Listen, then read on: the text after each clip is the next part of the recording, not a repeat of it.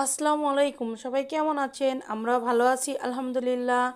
সবাইকে শুভ সন্ধ্যা। আজকে সন্ধ্যায় একটা নাস্তা নিয়ে চলে আসলাম আপনাদের মাঝে। কাঁচকলার চিপস ভাজা, এটা খুবই দারুণ, খুবই মজার একটা।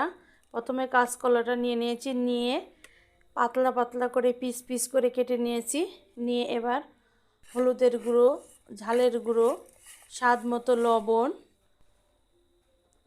একটু জিরের গুঁড়ো আর গোলমরিচের গুঁড়ো দিয়ে দিয়েছি। টেস্টটা খুব ভালো আসবে, ফ্লেভারটা সুন্দর আসবে।